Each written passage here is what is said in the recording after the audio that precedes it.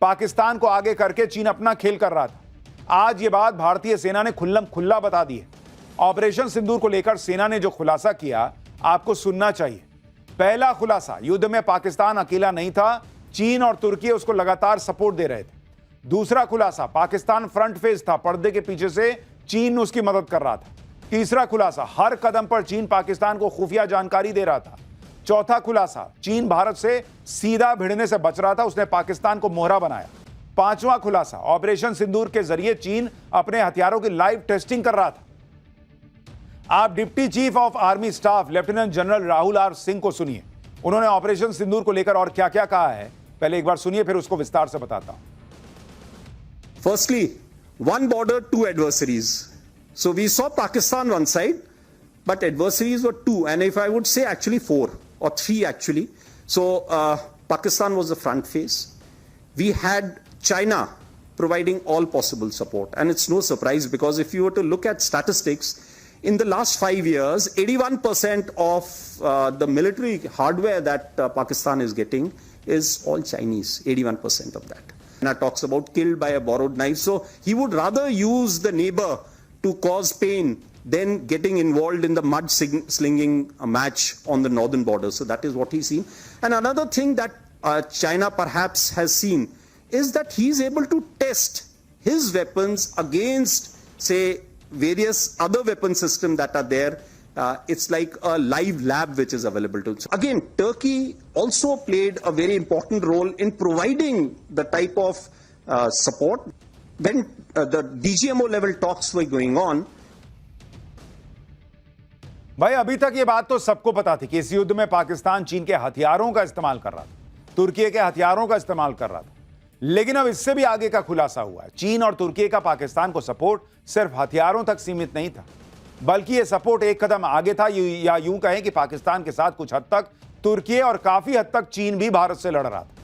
यानी भारत ने ऑपरेशन सिंदूर में सिर्फ पाकिस्तान को नहीं ठोका, बल्कि छिपते छिपाते पाकिस्तान को सपोर्ट करने वाले चीन और तुर्की को भी इस युद्ध में धूल चटा दी। Deputy chief of army staff lieutenant general Rahul R Singh ने बताया कि पाकिस्तान को चीन से लाइव इनपुट मिल रहे थे। सुनिए एक बार। When the DGMO level talks were going on, Pakistan actually was mentioning that we know that your such and such important sort of vector is primed and it is ready for action. I would request you to perhaps, pull it back. So he was getting live inputs as far as from China. So that is one place we really need to move fast. भाई China के सैकड़ों जो हैं वो satellite हैं, और वहां से वो जो है ना, वो एक एक चीज देख के पाकिस्तान को बता रहा था, और पाकिस्तान कह रहा था कि देखिए हमको पता है आप हमको इससे मारने वाले हैं, हमको मारने वाले हैं, ऐसा मत कीजिए, हम ऑलरेडी मरे हुए हैं। चीन लाइव अपडेट दे रहा था। सोचिए आप, तुर्की सपोर्ट जो कर रहा था कर ही था, उसके बावजूद भारत ने पाकिस्तान को ऐसा ठोका कि पाकिस्तान घुटनों पर आ गया। तीन देशों के हथियार और सपोर्ट भी भारत का कुछ नहीं बिगाड़ पाए। भारत के हथियारों के सामने चीन ने अपनी मिसाइल को कबाड़ होते देखा। यही वजह है कि जो पाकिस्तान भारत से 48 घंटे लड़ने का प्लान बना रहा था, वो 3 से 4 घंटे में सीज फायर के लिए गिड़गिड़ाने लगा। आज सेना ने फिर से यह बताया कि पाकिस्तान के गुहार लगाने पर ही युद्ध रुका। तो जो लोग ट्रंप का फोन आने पर सरेंडर वाली थ्योरी बेच रहे थे, वो आज फिर एक्सपोज हो गए। इतना ही नहीं, जो लोग ये सवाल उठा रहे थे कि भारत ने सीज फायर क्यों किया, उस पर भी सेना ने बड़े अधिकारी ने कहा कि सीज फायर का समझौता करना एक मास्टर स्ट्रोक था। भारत ने एकदम सही समय पर सीज फायर का समझौता किया, और उसकी वजह यह है कि भारत ऑपरेशन सिंदूर के दौरान तय किए गए मकसद को पूरा कर चुका था। यही नहीं, deputy chief of army staff lieutenant general Rahul R Singh ने प्रधानमंत्री मोदी की लीडरशिप की तारीफ की।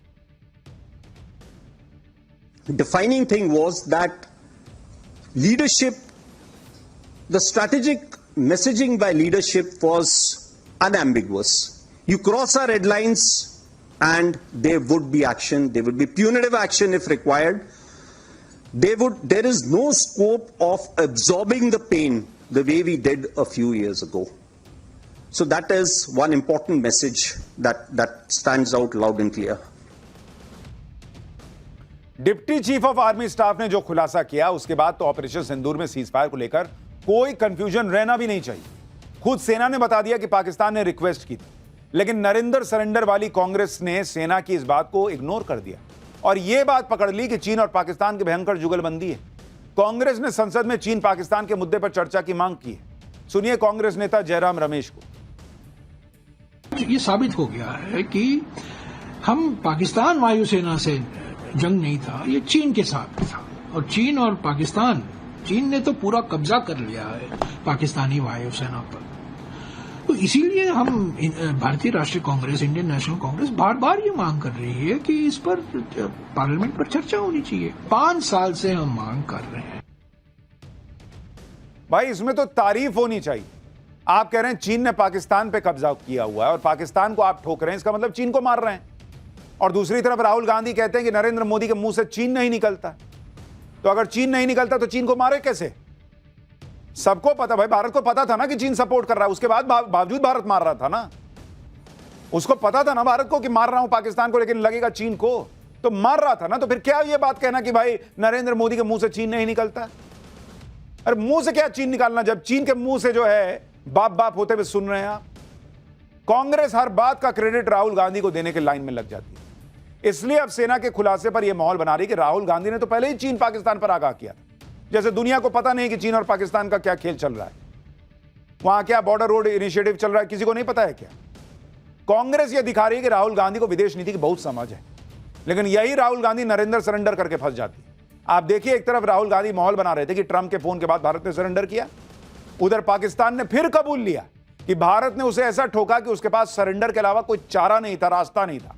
पाकिस्तान के प्रधानमंत्री शहबाज शरीफ के सलाहकार राणा सनाउल्लाह ने कबूल किया है टीवी पर कि ऑपरेशन सिंदूर के दौरान जब भारत की ब्रह्मोस मिसाइल ने रावलपिंडी के नूर खान एयरबेस पर हमला किया तो उनकी सेनाओं को मात्र 30 से 45 सेकंड सोचने का समय मिला कि भाई कहीं ये न्यूक्लियर वेपन लेके तो भारत ने नहीं ठोक दिया है। और इतने में ब्रह्मोस ने अपना काम कर दिया।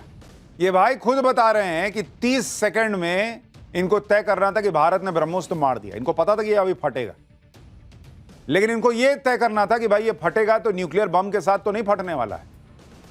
और ये कह रहे हैं कि भाई अगर 30 सेकंड में अच्छा हुआ भारत ने न्यूक्लियर बम नहीं मारा, नहीं तो हम भी मारते तो क्या होता। अरे भाई जब फटता तुमको पता नहीं चल जाता कि न्यूक्लियर बम फटा है कि नहीं फटा है?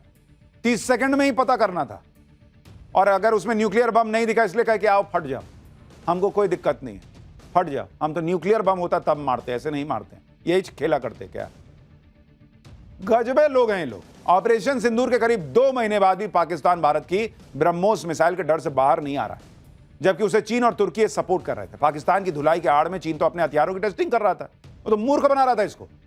इसके सैनिक मरे, इसके लोग मरे, इसका धुआं धक्कड़ हो गया। और चाइना ने अपने हथियार टेस्ट कर लिया। टेस्ट क्या किया? देखा कि फेल हो गया सब, भारत तो फोड़ दिया। चीन का मकसद तो फिर भी पूरा हो गया, धुलाई पाकिस्तान की हो गई। इसलिए अब देखिए कि पाकिस्तान भी अलर्ट हो गया। पाकिस्तान के आर्मी चीफ मुनीर के बाद अब पाकिस्तान का air force chief Zaheer Ahmed Babar America पहुंचा हुआ है। 10 साल बाद कोई पाकिस्तानी एयरफोर्स चीफ अमेरिका गया है। पाकिस्तान इस यात्रा के जरिए अमेरिका से रक्षा सहयोग बढ़ा रहा है, लेकिन पाकिस्तान के पास तो 80% हथियार चीन के हैं। अगर वो अमेरिका से हथियार लेगा तो चीन के कोटे वाले हथियारों पर कैंची चलानी होगी। वैसे भी ऑपरेशन सिंदूर के बाद चीन के हथियारों पर पाकिस्तान का भरोसा उठ ही गया होगा। ऑपरेशन सिंदूर में भारत ने चीन के HQ-9 एयर डिफेंस सिस्टम को फोड़ दिया था, PL-15 चाइनीज मिसाइल को फोड़ दिया, चीन के एयरक्राफ्ट J-10 को कबाड़ बना दिया। यानी चीन जिन अहम चीजों पर युद्ध लड़ गया उसे भी भारत ने फुस कर दिया। चीन के हथियारों का जनाजा निकल गया। शायद यही वजह है कि पाकिस्तान के जनरल अमेरिका का चक्कर लगा रहे हैं।